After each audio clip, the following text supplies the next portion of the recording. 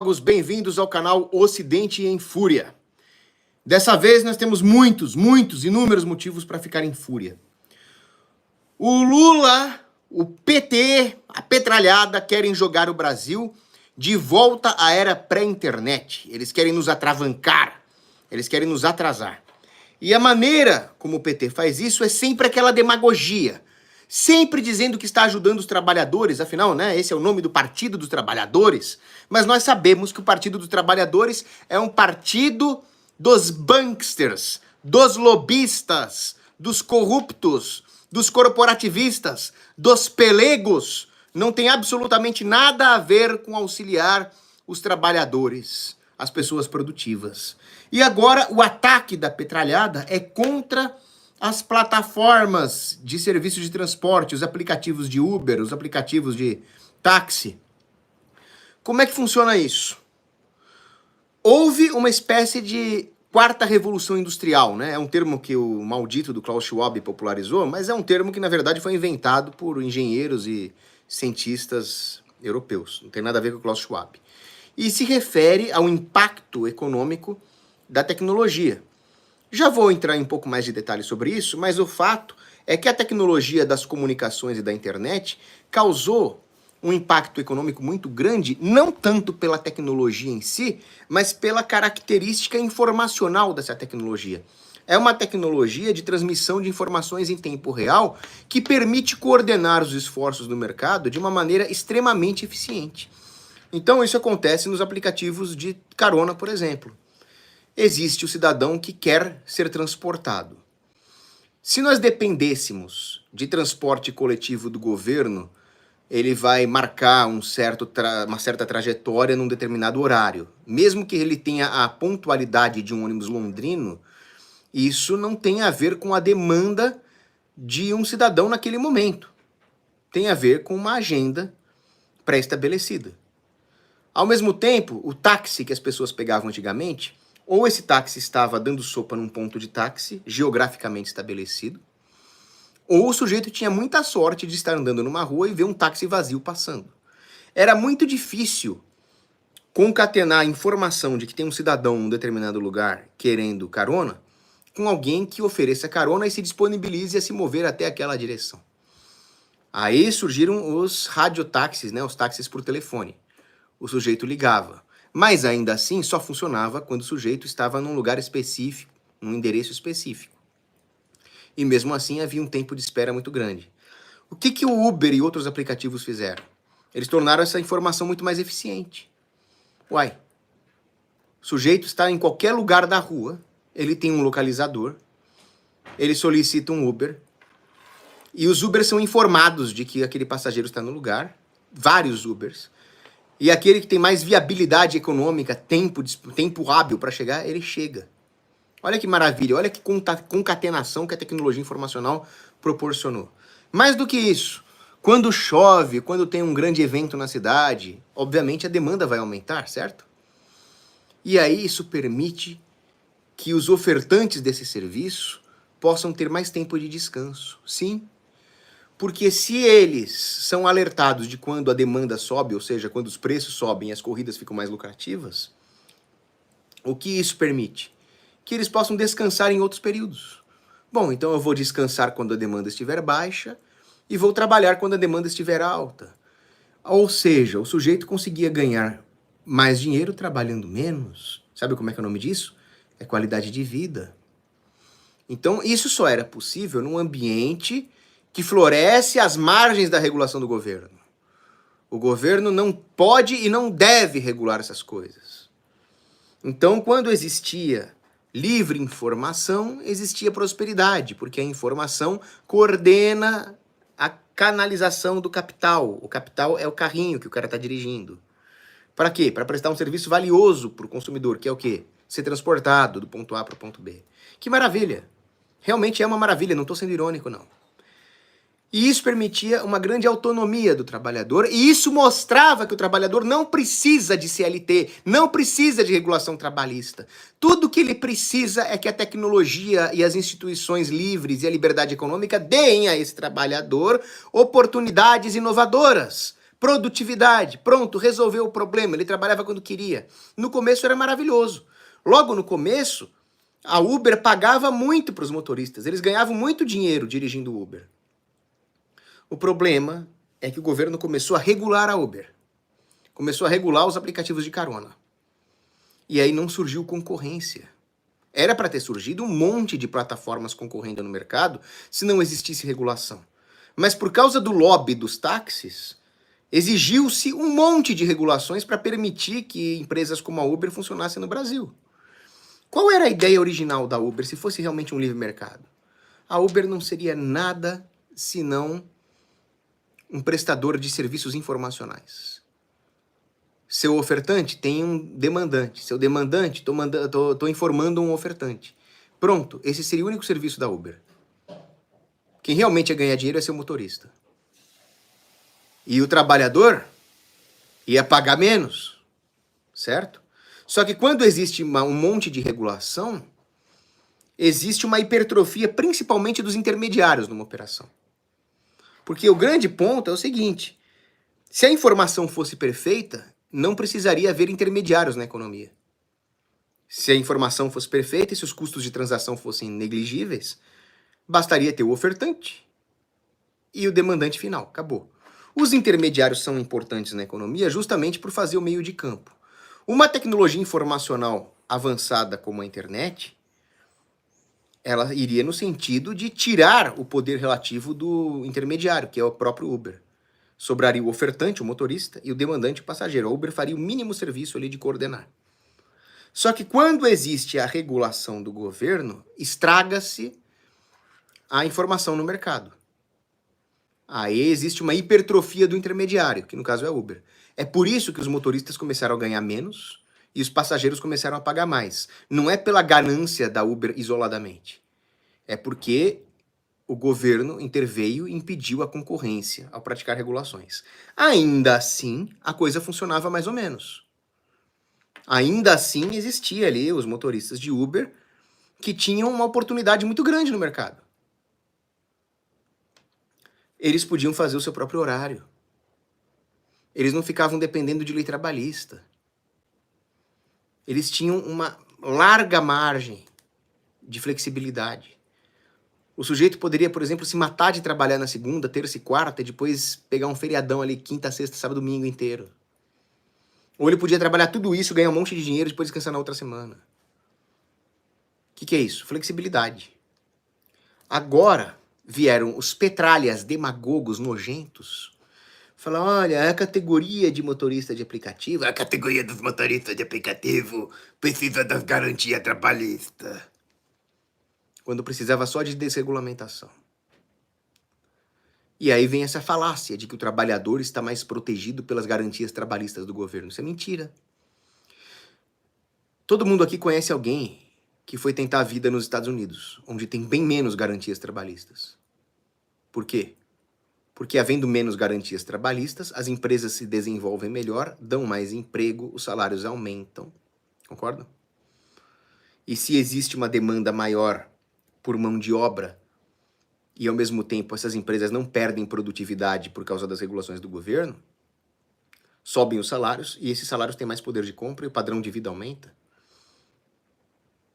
E quando existe um maior poder de barganha dos assalariados, eles podem também se organizar em sindicatos e exigir férias, melhores condições de trabalho. Os sindicatos não são ruins. Senão Leão XIII não teria elogiado os sindicatos na encíclica Rerum Novarum. O problema é quando os sindicatos começam a proibir a concorrência, se tornar pelegos. Eu já vou explicar um pouco mais sobre os sindicatos. Mas enfim, quando o sindicato deixa de ser um instrumento de negociação honesta das partes e passa a ser uma arma política de lobby por regulação, ele vira só um multiplicador da coerção estatal. Aí ele se volta contra a classe trabalhadora, né? Eu já vou explicar como isso acontece. Mas o que aconteceu aqui no Brasil é que o PT resolveu dar garantias trabalhistas para os motoristas de aplicativo e criou, então, uma categoria nova de trabalho. Motoristas de plataforma. Pronto, surgiu um trabalhador autônomo por plataforma, é o nome. Isso chega a ser cínico. Porque como é que ele é um trabalhador autônomo se agora o trabalho dele é regulado pelo governo? Então o que o mensaleiro Mor de Nove Dedos falou foi o seguinte, olha que frase mais absurda, ridícula. O trabalhador autônomo de plataforma, ele quer ter mais autonomia, mas também precisa ter um mínimo de garantias. Qualquer pessoa que estudou o mínimo de economia vai saber que é impossível o governo decretar um aumento das garantias mantendo a autonomia. Por quê? Porque garantia, o governo dar garantia para alguém, significa o governo artificialmente abolir os riscos. Olha, seu trabalhador, você necessariamente vai receber alguma coisa. Né? Estou te dando garantias. Bom, se você está tendo garantias, você está diminuindo o seu risco, você necessariamente vai diminuir também o seu retorno. Porque retorno é correlato ao risco. Isso sempre existe. Se o trabalhador trabalhador autônomo de plataforma está recebendo garantias do governo, isso significa que necessariamente ele vai perder a sua autonomia. E por que ele vai perder a sua autonomia? O mecanismo é muito simples. As regulações do governo, que prometem baixar o risco do trabalhador, ela vai ter que dar esse risco para alguém. Alguém vai ter que arcar com os riscos. Quem é o alguém? O empregador, a empresa, a Uber. Se a Uber não for embora do Brasil, que é o que aconteceu em outros países, lamentavelmente, no mínimo vai impedir a concorrência. Outras plataformas de aplicativo serão muito prejudicadas porque elas têm menos cacife para lidar com essas regulações. Isso vai fazer com que a Uber seja o quê? Um monopsônio. Um monopsônio, monopólio é o único fornecedor, né? Monopsônio é o único consumidor. Eles vão ser o único consumidor desse tipo de mão de obra, trabalhador autônomo por plataforma. E aí, já que eles vão ser o único consumidor, eles vão escolher o quanto eles vão pagar. O mínimo possível. Então, o trabalhador da Uber vai receber menos por corrida e provavelmente a empresa vai fazer algumas exigências, o que vai tirar o que? A autonomia desse trabalhador. Ou seja, o Lula prometeu para o trabalhador garantias. Essas garantias vão custar autonomia e retorno. E essas garantias, no fundo, não vão chegar para o trabalhador. Para a maioria deles. Porque, primeiro, para boa parte deles, ele vai ter uma garantia de desemprego. Não vai ter emprego para ele nas plataformas. O salário dele vai para zero, que é quanto um desempregado ganha. Os que forem empregados também não vão ter garantia, porque com a redução do número de empresas participando do mercado e a produtividade caindo, o poder de compra do que o governo garante que ele vai ganhar também vai ser menor. Então, o governo do PT é como o demônio. É como o Mefistófeles, lá em Fausto de Goethe. Ele promete coisas para o Fausto, à custa da alma dele. E no final não entrega nem as porcarias que ele prometeu. O governo do PT é o demônio. Agora, Epíteto, um grande filósofo estoico, ele falava o seguinte: nenhum homem é livre se ele não for mestre de si mesmo. Então, o trabalhador de qualquer lugar, ainda mais se tratando de plataforma, ele estava lá buscando ser um mestre de si mesmo. Ele define o quanto ele vai ganhar, o quanto ele vai se esforçar, o quanto ele vai trabalhar. Agora, se ele terceiriza esse papel para o governo, ele não é mais mestre de si mesmo. O governo vai ser mestre dele. Por isso que nenhum homem deveria ficar pedindo garantia trabalhista para o governo. Deveria pedir o mínimo de justiça, claro. Então, sei lá, se o patrão te contratou e não te pagou, tá bom, aí você foi vítima de fraude, você vai na justiça, normal. Agora, ficar exigindo garantiazinha, regulaçãozinha econômica, pelo amor de Deus, né? Agora, vamos ver o que propõe essa lei do Petralha de 9 dedos. Primeira coisa, jornada de trabalho de 8 a 12 horas no máximo. 12 horas no máximo. E o cara que queria trabalhar menos que 8 horas, ele vai ter um problema. Talvez a empresa exige que ele trabalhe 8 horas. Então o sujeito fala, olha, essa semana aqui eu vou trabalhar 3 horas por dia só. Eu tô com outro projeto, eu tô doente, eu tô aprendendo programação para depois ter um outro emprego. Enfim, essa flexibilidade, essas oportunidades de investir em si mesmo ficam bem prejudicadas. Ao mesmo tempo, vamos supor que o cara queira trabalhar 15 horas por dia. Pô, eu quero trabalhar 15 horas por dia, assim, esse mês, para no outro mês fazer uma viagem. Ou para no outro mês eu pagar um curso. Acabou, meu amigo. O governo vai decidir por você, o governo vai regular a sua vida. Acabou a possibilidade de um acordo de exclusividade. Então, o Lula chegou, o trabalhador pode trabalhar em quantas plataformas quiser, não tem mais acordo de exclusividade. Uau! Isso significa que diminui a flexibilidade das possibilidades de acordo entre patrão e empregado. Isso vai ter um custo também. Ué, se você não quer acordo de exclusividade, não assine um. Só isso. Outra, olha que absurdo essa. Além da renda mínima aí de R$ 32 por hora, né, um salário mínimo dentro dos aplicativos, o que é um absurdo, porque você está proibindo trabalhadores menos qualificados de conseguir um emprego, ainda por cima o Lula quer um mínimo de R$ 24 por hora a título de indenização pelo uso do combustível, desgaste do carro, bateria do celular, etc. Sabe quanto dá isso? Se o sujeito trabalhar ali 8 horas por dia, 20 e poucos dias por semana, o sujeito vai ganhar R$ 5.000 só a título de indenização pelos custos. R$ 5.000. Tá chovendo dinheiro para as empresas agora? Isso dá quase o salário mínimo do que a empresa já ia ter que pagar para ele. Me diz, qual empresa pequena aguenta esse tranco? Nenhuma.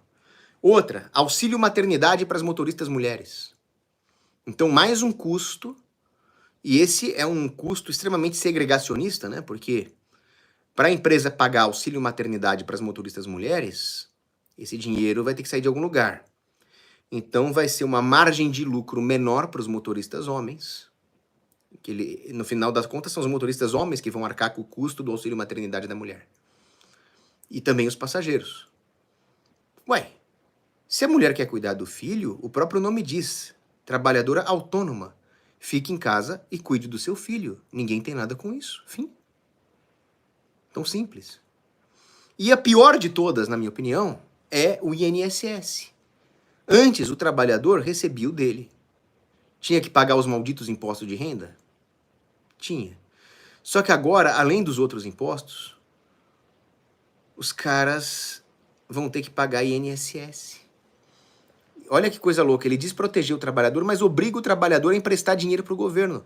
Porque INSS é o quê? É empréstimo forçado para a Previdência Social. 7,5% do motorista e 20% quem vai pagar vai ser a empresa. Então é mais um chumbo na cabeça da empresa e agora diretamente o chumbo na cabeça do motorista. Quer dizer, a esquerda é tão cara de pau que não é que eles fazem uma coisa indireta, aquela coisa, não, nós vamos taxar a empresa, não o empregado, aquela falácia adjanja, né? Não, agora é na cara dura mesmo, nós vamos pegar o dinheiro do trabalhador. INSS, Previdência Social, é um esquema Ponzi, é um esquema de pirâmide, entendeu? O governo arranca o seu dinheiro, você é obrigado a emprestar dinheiro para o governo, e depois o governo, quando você estiver bem velhinho, ele te devolve já completamente dilapidado pela inflação e torcendo para você morrer. Isso é Previdência Social, tinha que acabar essa palhaçada. Vão fazer isso agora com os trabalhadores autônomos, eles não têm mais para onde correr dessa palhaçada. As cidades do interior vão sofrer particularmente, porque o interior, onde não tem uma economia de escala como tem nas grandes cidades, eles dependem particularmente de empresas de aplicativo menores para funcionar. Então, outro efeito de uma lei maldita dessa vai ser a destruição de oportunidades no interior e um êxodo em direção às grandes cidades, favelização, etc. Então são efeitos urbanos que vai ter disso. Terrível. Terrível. E qual é o objetivo, né? Melhor dizendo, qual é o incentivo para o Lula fazer uma desgraça dessa? Vocês sabem que o Lula, para fazer uma desgraça dessas, ele se reuniu com representantes da categoria. Ou seja, criou uma classe artificial onde não existia, porque os caras eram autônomos, eles tinham lá grupos de zap para trocar ideia, para avisar blitz, essas coisas. Mas não tinha esse negócio de peleguismo, de sindicato. Aí eles inventaram falsos representantes desses motoristas que vão lá fazer lobby. E aí, com isso, eles criam o quê? Um sindicato totalmente fisiológico, aparelhado, ideológico. Como eu disse aqui, sindicatos não são intrinsecamente maus. Sindicato é só uma ferramenta de negociação para reduzir a simetria das negociações. Não tem nada de errado com isso. Só que aqui nós temos o quê? O peleguismo, o uso político dos sindicatos. Certamente vai ter imposto sindical e certamente os sindicalistas vão perseguir os motoristas autônomos que quiserem trabalhar driblando essas leis ou recebendo por fora, etc. Esse negócio de, vamos receber por fora, trabalhar por fora, é a solução para muita gente. É como escapar dessas regulações do governo. O que os sindicatos se transformam na mão de um governo petista, intervencionista? Eles se transformam em reserva de mercado e risco moral. Por vários motivos. Por uma infinidade de motivos. Então, primeiro, esses sindicatos, esses sindicalistas, eles recebem as contribuições sindicais, todo aquele peleguismo, etc., nem precisam trabalhar. Segundo, com aquilo que os sindicatos impõem, prejudicando as empresas, eles levam muitas empresas ou à falência ou a um downsizing, a uma diminuição de tamanho, reduzindo o quê? A demanda por nova mão de obra. O que isso faz? Com que haja menos concorrência no mercado de mão de obras, o que permite ao sindicalista se acomodar com a sua barrigona no seu sindicato e, em vez de trabalhar, ficar fazendo lobby. Então é reserva de mercado dos sindicalistas. Existe um risco moral, porque aí o sindicalista vai fazer algumas exigências, a empresa vai fazer outra, vai surgir sindicato patronal, em muitos setores surge isso, a Uber vai falar, bom, você está fazendo isso comigo, eu também exijo que o governo regule os meus concorrentes, enfim. Quem mais vai sofrer com tudo isso é aquela ideia inicial. Um aplicativo que intermedie o motorista e o passageiro, que era a ideia inicial de tudo. E aí fica bem aquela frase que o economista Walter Block fala, né? O protecionismo, seja ele pela via das barreiras comerciais, pela via das regulações trabalhistas, pela via das linhas de crédito subsidiadas à custa do poder de compra da moeda, pela via do peleguismo sindical, não importa por qual via, o protecionismo, ele protege as pessoas que não estão engajadas em atividades produtivas. O protecionismo protege as pessoas que estão engajadas em conexão política, em politicagem, às custas de quem quer se esforçar, de quem quer inovar, de quem quer empreender, de quem quer ir além, de quem quer investir em si mesmo. Enfim, o Oswald Spengler falava muito bem. Quanto mais uma sociedade tem standards, padrõezinhos regulatórios, menos chance ela tem de se corrigir, de inovar, de ter mecanismos de correção de erros. Então ele falava, a estandardização regulatória é o sintoma da decadência de uma civilização. A nossa civilização ocidental já estava decadente há muito tempo. A tecnologia permitiu que houvesse um avanço na produtividade tão grande que poderia compensar até um pouco da decadência institucional, moral. Só que agora estão usando as instituições para replicar a decadência institucional na economia e assim travar qualquer compensação que a tecnologia poderia nos dar. Isso é especialmente válido no tocante a essa questão aí dos aplicativos. Por que isso? Eu falei que eu ia falar das revoluções industriais, né? O mundo passou por basicamente 4 revoluções industriais. A primeira delas foi lá para o século XVIII. Na verdade, isso é o modelo tradicional. Eu acho que foram 5 revoluções industriais. A primeira delas foi na Idade Média mesmo, quando os medievais, nos mosteiros, resolveram dominar a natureza. E aí os mosteiros medievais criaram a hidráulica, os arados pesados, os alto-fornos, a rotação de culturas. Essa racionalização da natureza foi a primeira grande revolução industrial, lá na Idade Média. Vamos chamá-la de Revolução Industrial 0.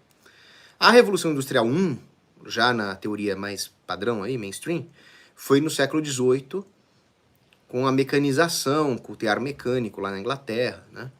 E aí surgem as cidades industriais, porque ainda não havia uma economia de escala tão grande, então surgiram cidades para isso.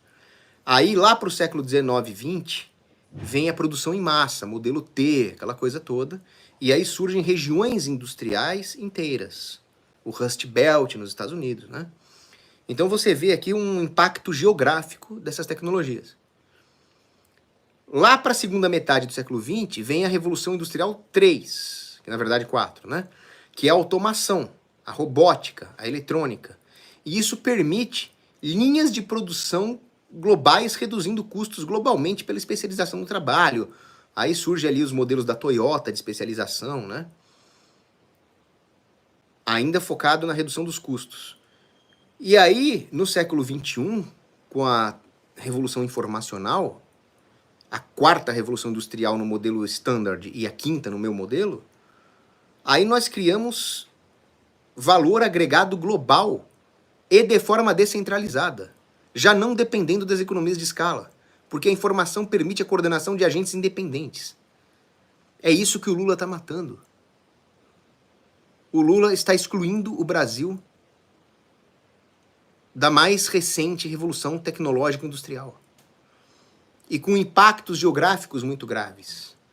Porque justamente se essa revolução industrial permite a criação de valor em cadeias produtivas descentralizadas, e o Brasil precisava tanto disso, porque tudo no Brasil é concentrado nos grandes centros urbanos, nós precisávamos de geração de valor em cadeias produtivas descentralizadas no interior, a autonomia institucional nas relações de trabalho dos aplicativos, das plataformas eletrônicas, permitiria isso. E o Lula acabou de matar isso. É bem grave. Fora o que ele está fazendo no resto, né? Elogiando o terrorista do Hamas. Enfim. Uma tragédia. Agora vamos extrapolar um pouco. A Lularada, a petralhagem, já ameaçou fazer isso com os aplicativos de entrega de comida. Já estão destruindo o comércio pela internet, taxando as lojinhas, taxando a Shine. Ou seja, o PT quer jogar o Brasil na escravidão, no Gulag. O PT vai jogar o povo brasileiro no Gulag, só que não vai ser com fuzil, como o Stalin fez, porque o Lula não tem nem cojones para isso. Então não é que ele vai chegar com um fuzil e falar todo mundo para um Gulag. Ele vai destruir qualquer oportunidade de trabalho que não seja um Gulag, de trabalho braçal. Maldito PT. Vão pagar por isso na eternidade.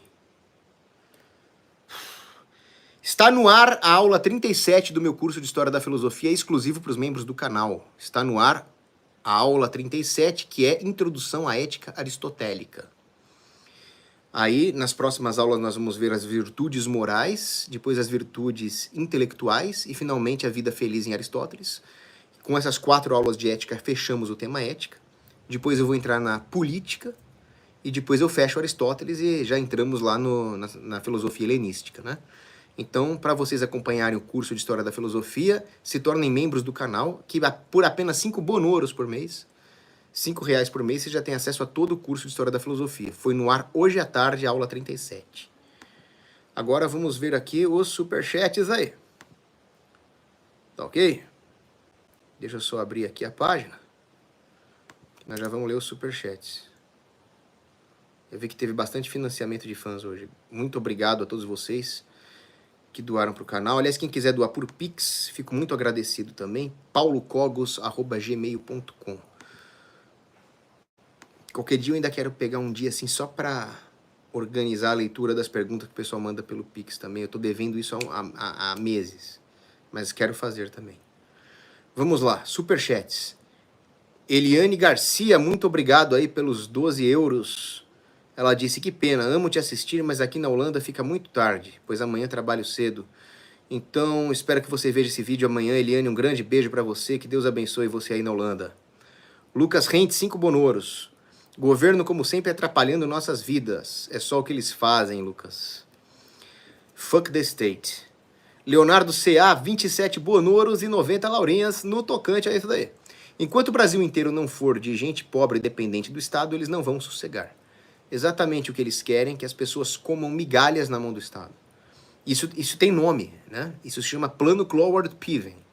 Cloward-Piven são dois sociólogos filhos da puta comunistas, mentores do Obama, e a ideia deles era atrapalhar tanto a iniciativa privada e criar tantas dificuldades que a única forma de se obter alguma coisa seja na divisão da sociedade por classes, aquela coisa do Ernesto Laclau, né, que era um marxista argentino, e essas classes vão ter que fazer lobby para o governo para ganhar as migalhas que sobrarem, e no final todo mundo vai trabalhar para o governo, e o governo vai taxar todo mundo para fazer essas benemerências dele.